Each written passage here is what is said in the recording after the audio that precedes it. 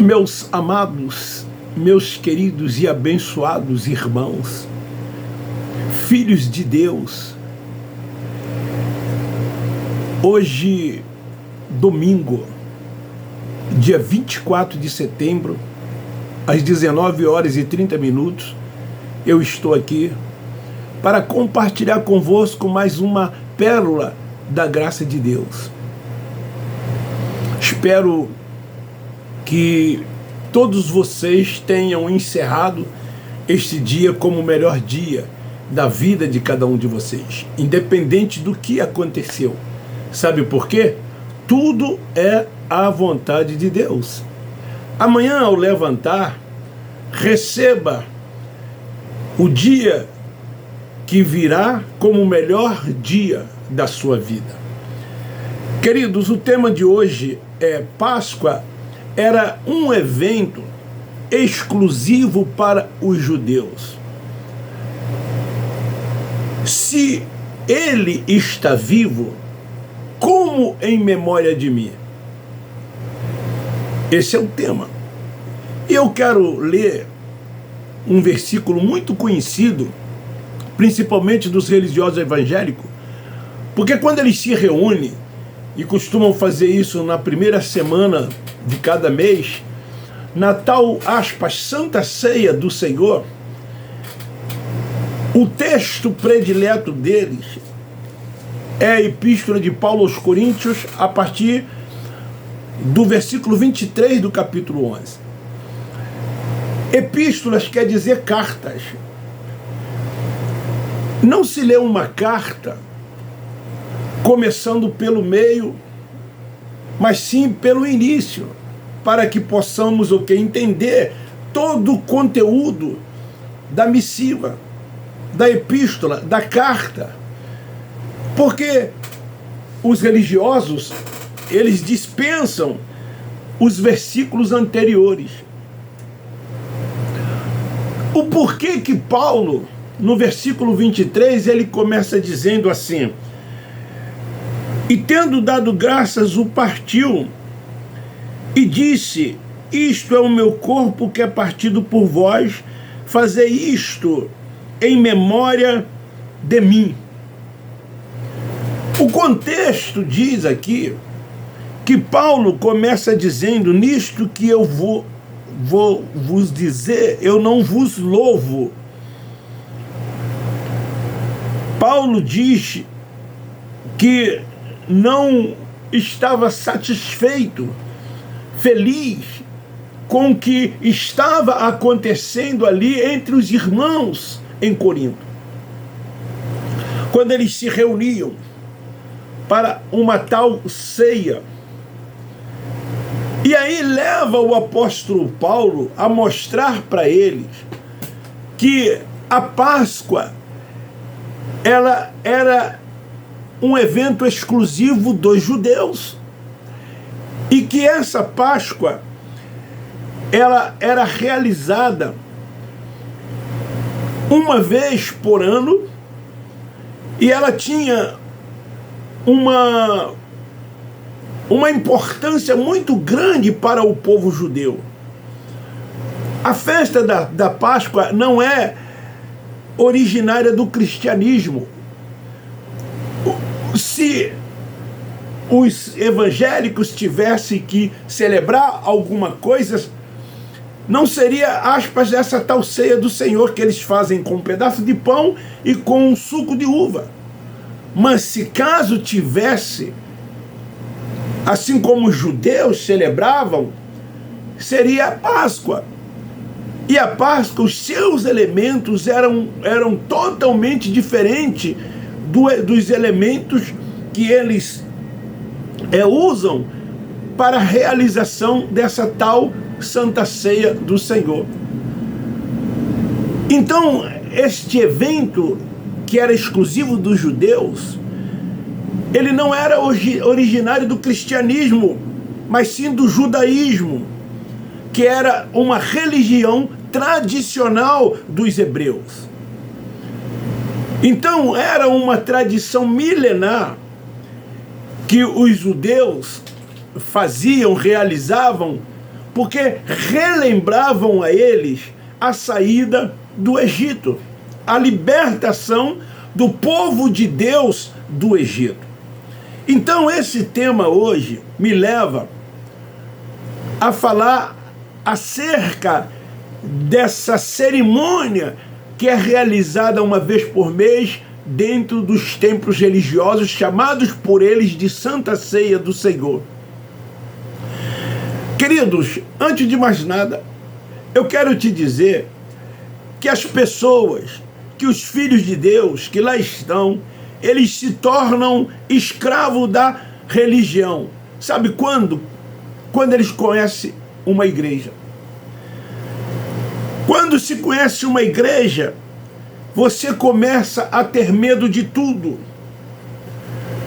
Antes das pessoas fazerem parte desse sistema religioso, de se tornarem membros de uma denominação evangélica, ele não tem tanto medo quanto ele vai ter quando passa a frequentar esses lugares. Primeiro medo que vem aos frequentadores destes lugares é o medo do gafanhoto. Eles passam a ter medo do gafanhoto, porque nesses lugares eles falam acerca do dízimo. Eles querem conscientizar a todos os que fazem parte desse sistema que devem dizimar, que o dízimo é para Deus. Tem uns líderes religiosos que eles chegam ao ponto de dizer que as pessoas que não dizimam vão para o inferno. Porque dizem eles que essas pessoas estão roubando a Deus. E pegam aquele versículo lá de Malaquias 3, quando diz assim: em que me roubais? Nos dízimos e nas ofertas. E aí então eles trazem para depois da cruz, colocam este jugo sobre os ombros das pessoas e dizem que elas têm que dizimar para Deus, para manter, a obra de Deus, para sustentar a casa de Deus. E então tem uns que chegam a esse ponto de dizer que os não dizimistas vão para o inferno porque estão roubando a Deus. E então eles utilizam a figura do gafanhoto, do devorador, lá do versículo 11 de Malaquias capítulo 3, que ali o profeta diz que as 11 tribos que não levassem o dízimo para a tribo de Levi, o devorador iria nas suas plantações e faria uma devassa. O gafanhoto, destruidor, migrador, cortador e devorador. Só que eles dizem que esse gafanhoto é o diabo, que vai na vida das pessoas e fará na vida das pessoas uma ruína. Tem uns que chegam até a dizer as consequências que eles sofrerão por não serem dizimistas. Diz assim: você tem carro, o seu carro pode ser furtado ou roubado. O motor do seu carro pode bater. A panela de pressão pode explodir, o ferro pode queimar, o liquidificador pode queimar. A sua casa pode virar uma farmácia, se você não for um dizimista fiel.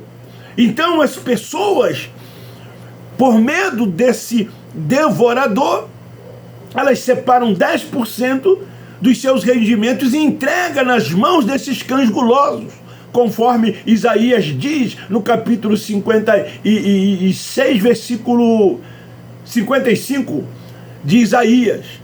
Cães gulosos. Então eles têm medo também do inferno, porque o inferno, dito por eles, é um lago de fogo e tormento eterno. E todos quanto rejeitarem a Cristo como Salvador, todos aqueles que não fizerem parte de uma instituição evangélica, eles vão para esse tal inferno. Então agora também eles passam a ter medo do inferno. ter medo do diabo, do Satanás, porque para eles Satanás é um ser espiritual que atormenta, que escraviza, que subjuga, que aprisionam. E então as pessoas também passam a ter medo do diabo. E tem muitos que chegam ao ponto também, quando se tornam um frequentador desses lugares, a ter medo de Deus. Eles veem Deus como uma figura carrancuda, um Deus perverso, mau, que castiga, que pune. E então, quando a pessoa passa a frequentar essas aspas igrejas, quando elas se tornam frequentadores desses lugares, elas começam a ter medo de tudo. Então, quando eu falo igreja aqui, gente, eu estou falando do sistema. As pessoas, na sua maioria, abandonam. Sabe o quê? Quando faz parte desse sistema religioso, quando passa a frequentar, aspas, essas igrejas, eles abandonam os parentes, deixam de serem sociáveis, não visitam mais os parentes. Antes de frequentar esses lugares até visitavam, porque se reuniam, faziam um churrasco, alguns bebiam, e agora não pode mais, porque eles pegam o Salmo 1, que diz assim: bem-aventurado é o homem que não se assenta na roda dos escarnecedores, não se detém no caminho dos pecadores. Então eles pegam o Salmo 1 e diz: agora as pessoas não podem mais se misturar. E aí então eles não visitam mais os parentes, os colegas, eles se tornam antissociais. Muitos não saem mais com a família, porque o domingo, para eles, é dia do Senhor. E no dia do Senhor, eles têm que, de manhã, ir para a escola bíblica dominical. Alguns voltam na parte da tarde para um determinado trabalho e retornam à noite. E tem outros que passam o dia do Senhor, aspa, que é o domingo, preso dentro desses lugares. Porque o sistema diz para as pessoas: você morreu para o mundo. Você agora morreu para o mundo. E então, segundo eles, morrer para o mundo é não mais ser social, não fazer parte de aquilo que outrora fazia. Não se pode mais se misturar com quem quer que seja, a não ser os dos meios. Então agora, uma vez no sistema religioso, o que essas pessoas têm que fazer? Cumprir ritos para agradar a Deus, aspa, porque não conhecem o quê? A revelação da palavra, são alimentados com leite, são meninos, eles não crescem em conhecimento, não crescem em graça, não crescem em sabedoria. Preceitos dos homens passam a fazer parte das suas vidas, achismo, aquilo que os seus líderes religiosos querem. Os rudimentos, todas essas coisas, esse conjunto de coisas, as pessoas têm que passar a praticar. Então elas ficam presas a um sistema manipulador que as tornam presas destes lugares. Eles passam para os filhos de Deus que lá estão, que eles são anjos da igreja, que eles são ungidos de Deus, que eles são vocacionados e separados por Deus com uma autoridade espiritual sobre a vida dos filhos de Deus. E os filhos de Deus que lá estão, porque o véu está ainda posto, a mente ainda cauterizada, eles são alimentados com leite, não conseguem enxergar. Então, dentre desses procedimentos, um deles é o que eles chamam de ceia do Senhor, que é um cerimonial. Como eu li aqui em Coríntios 11, 23, Paulo ali, ele não estava mandando que fosse celebrado mensalmente, ou bimensal, ou trimensal, ou semanalmente, essa tal ceia do Senhor. Paulo não está doutrinando, Paulo não está orientando.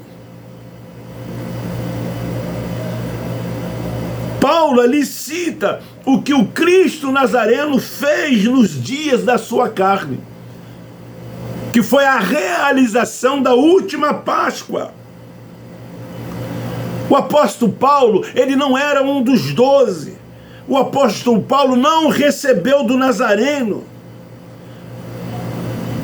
nenhum ensinamento acerca de Santa Ceia do Senhor. Tudo que Paulo recebeu foi do Cristo ressuscitado. E nós que éramos gentios remanescentes, as nossas conquistas, elas são o quê? Espirituais. Paulo não deixou nenhuma doutrina, nenhum mandamento para os gentios remanescentes, para aqueles que ouviriam dele o evangelho da graça de Deus. As nossas conquistas são espirituais. Nós já nascemos nova criatura, perfeito nele. Nós nunca tivemos nada a ver com o judaísmo, com os cerimoniais judaicos, com a religião judaica. Ele veio exclusivamente para os judeus. Quando ele recomenda os discípulos, ele diz: não entreis nos caminhos dos gentios nem dos samaritanos. Eles não faziam parte da comunidade judaica. E hoje ficam aí, aspas, esses homens que se dizem vocacionados e chamados por Deus, levando o povo à prática ainda de rudimentos, de obras, e colocando tudo na conta de Deus, como se Deus tivesse ordenado e mandado que se fizesse todas essas coisas. Nós somos justificados por Ele, justificados pela fé. O justo vive e anda por fé. Nós tomamos posse de tudo quanto foi feito por Ele. Como eu disse, as nossas conquistas são espirituais. Nós não temos que fazer nada do que o Cristo Nazareno fez, porque Ele veio apenas para o povo de Israel. O sistema é muito comum agir de forma tendenciosa. Aqui mesmo no versículo 23, Paulo, ele não estava lá por ocasião da realização da última Páscoa. Por vós quem? Quem estava lá? Você estava? Quando ele diz que o meu corpo é partido por vós, ele estava se dirigindo a quem? Aos 12 apóstolos que ali estavam com ele. Jesus iria morrer. Então ele recomenda aos seus discípulos que fizesse aquilo até que ele venha. Então tinha que se fazer em memória dele, porque ele iria morrer.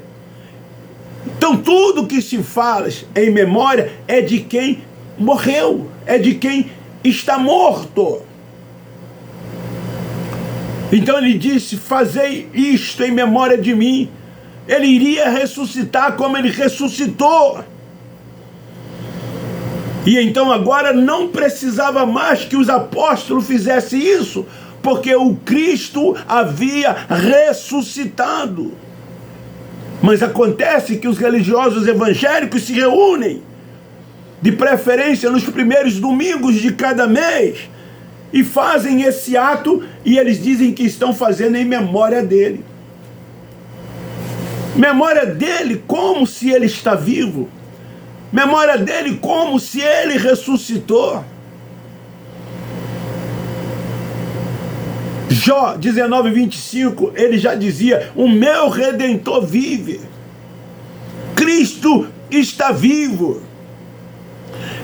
Paulo recebeu tudo do Cristo ressuscitado. Como fazer em memória de quem está vivo? Se eles estão fazendo esse ato dentro desses lugares, então para eles, na verdade, Cristo está morto, ainda não ressuscitou. Olha o versículo 26, o que ele diz: pois todas as vezes que comer deste pão e beber deste cálice, anunciais a morte do Senhor até que ele venha. Ele recomendou isso a quem? Aos 12, aos apóstolos, aos discípulos. Ele estava falando ali da sua morte, de que ele iria morrer, e que fizesse aquilo até que ele ressuscitasse. E ele ressuscitou. Então, esse cerimonial realizado dentro desses lugares é um engano, é uma mentira, não tem nada a ver com o que eles dizem.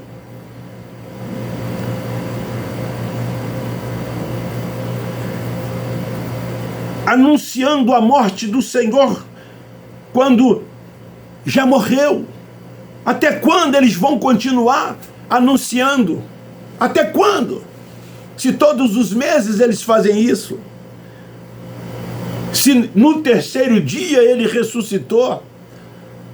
Os discípulos, 12 que receberam essa orientação do Cristo Nazareno, era para que eles fizessem até que ele viesse, até que ele ressuscitasse. E ele ressuscitou, ele voltou.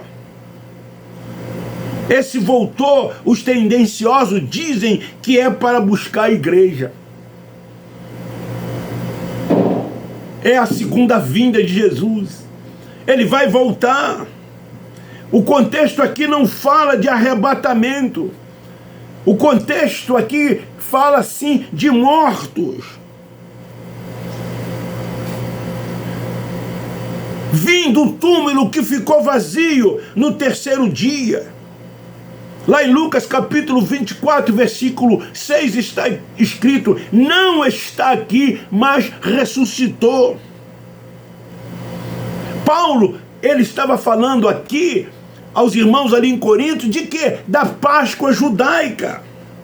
Ele mostra como os judeus tinham que praticar, segundo o que está escrito aqui em Êxodo capítulo 12, versículo 43.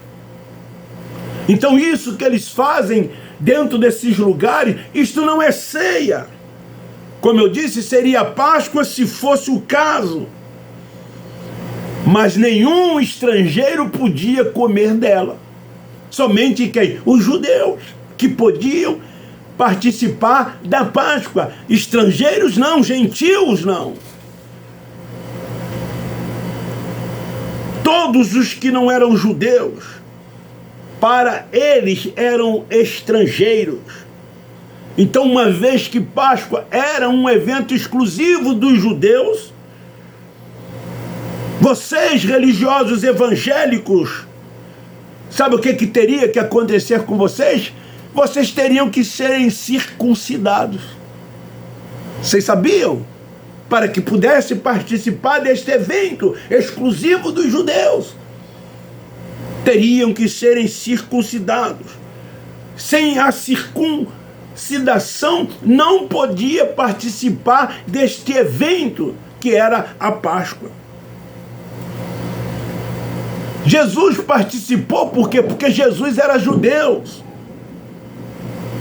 Por que os discípulos estavam participando? Porque eles também eram judeus. Eles estavam ali fazendo a observância da Páscoa, que a igreja romana trouxe para dentro das chamadas igrejas evangélicas, dizendo que é ceia do Senhor, e que nesse dia o terror vem sobre a vida das pessoas, o medo vem sobre a vida das pessoas. As pessoas ali choram, elas se emocionam. Eles ali começam a cantar determinados hinos que mexem com a nossa emoção. Como aquele bendito seja o Cordeiro que na cruz por nós padeceu. O coro diz, alvo mais que a neve, alvo mais que a neve, se nesse sangue lavado, mais alvo que a neve serei. As lágrimas correm nos nossos olhos, a emoção vem. E eles trabalham muito bem a emoção das pessoas, eles sabem trabalhar a emoção das pessoas. Cantam aquele porque ele vive, posso crer no amanhã. Não era nem para cantar, porque eles estão fazendo em memória. E se estão fazendo em memória, ele ainda não ressuscitou. Então, Paulo não estava trazendo uma doutrina, nem um mandamento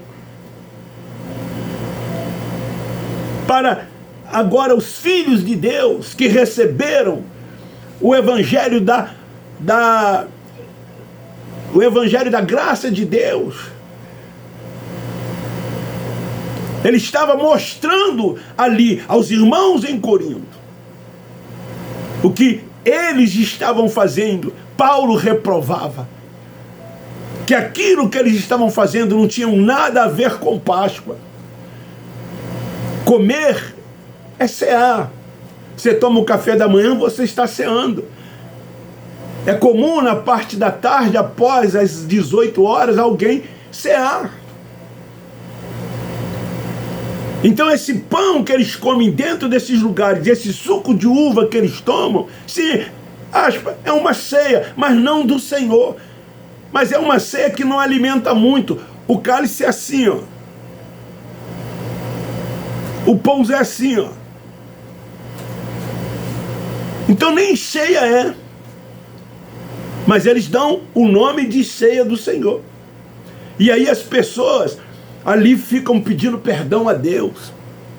Porque eles dizem, ó, esse pedaço de pão é como se fosse, faz de conta o corpo de Cristo. Esse suco de uva faz de conta, é como se fosse o sangue de Cristo. Profanando o sangue de Cristo. Profanando o sacrifício perfeito de Cristo na cruz do Calvário, quando ele derramou o seu sangue. E os da graça de Deus, os gentios remanescentes, foram inseridos nesse contexto. Não que ele estivesse ali morrendo pelos gentios remanescentes, ele morria apenas por muitos dos seus. Mas nós fomos inseridos nesse contexto. Hoje vivemos e andamos por fé. Não vivemos mais na prática de cerimoniais nenhum. Apresentação de crianças, batismo em águas, aspas, ceias do Senhor. Todos os cerimoniais eram da lei, faziam parte da lei. E os judeus tinham que realizá-los, pois eram 613 leis do Torá. Então fica aí esta palavra para nós.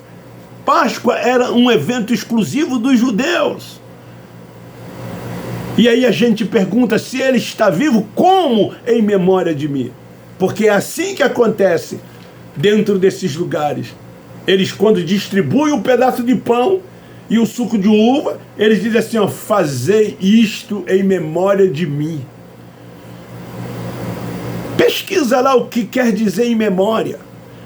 Eu já disse em algumas das minhas mensagens, quando uma pessoa vai se casar, que um dos cônjuges já morreu, eles colocam ali o quê? Em memória. Entra num cemitério e vai nos túmulos, vocês vão ver lá em memória, porque está morto. Já se foi, partiu. E segundo Jó capítulo 8, versículo 9, Esses que desceram ao inferno, à sepultura, de lá nunca mais vai subir. O único mortal, único ser humano que era o Cristo Nazareno, esse já ressuscitou. Foi o único que ressuscitou. O seu túmulo estava vazio.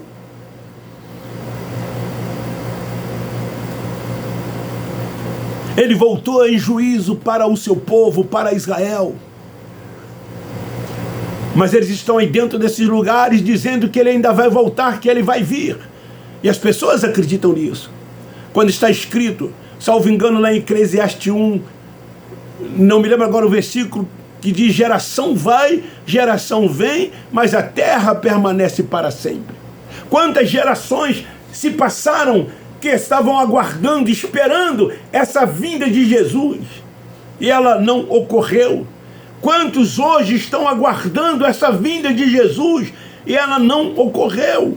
Quantos ainda aguardarão esta vinda de Jesus e ela não vai ocorrer, porque já aconteceu? Jesus já veio. A sua vinda não foi física, e sim em juízo sobre Israel, quando no ano 70, General Tito invadiu Jerusalém, cercou Jerusalém, derrubou o templo de Jerusalém. E tudo quanto o Cristo Nazareno havia dito, tudo quanto os profetas haviam dito, se cumpriu no ano 70. Ele já voltou. Deus é Pai dos Espíritos. Ele não é Pai na carne, mas a religião te vê na carne, te julga na carne, te condena na carne. Eles vivem voltados para as obras da carne. Eles ficam fixados nesse corpo mortal que aqui está, quando Deus habita no nosso espírito, e no nosso espírito testifica que somos filhos de Deus. Quando a mente é aberta, quando o entendimento vem, nós não vivemos na prática das obras da carne, porque somos espirituais. E passamos então, como espirituais que somos, a discernir o que é espiritual. Enquanto eles, por serem carnais, não discernem o que é espiritual. Estão focados em obras, em autojustiça, querendo santificar esse corpo que aqui está, consagrar esse corpo que aqui está. Sabe quando vocês vão conseguir? Nunca vocês conseguirão. Ninguém conseguirá a santificação desse corpo que é mortal. O homem é mero mortal. O Espírito que está em cada um dos filhos de Deus, em nós, ele foi revestido de carne e sangue. Quando se tem a mente ativada, quando se recebe do Espírito de Deus o entendimento, nós entendemos essas coisas. E então estamos voltados, focados no mundo espiritual de Deus. E procurando entender qual é a sua perfeita, boa e agradável vontade. E amando cada vez mais o próximo, nós pregamos esta palavra. Sim, combatemos o sistema doutrinal, porque nós nos preocupamos com os filhos de Deus que lá estão. Eles são nossos irmãos, eles são salvos, eleitos, predestinados, propriedade exclusiva de Deus. O que falta a eles é ter um entendimento para que possam reinar em vida, crescer em graça, crescer no conhecimento e amar cada vez mais o próximo. E deixar de ser submisso a homens, aos seus preceitos, aos seus ensinos. E ser dirigido e guiado pelo Espírito Santo de Deus, conforme está escrito em Romanos 8,14. Esta é a palavra. Se você gostou, dê um like. Divulgue e compartilhe.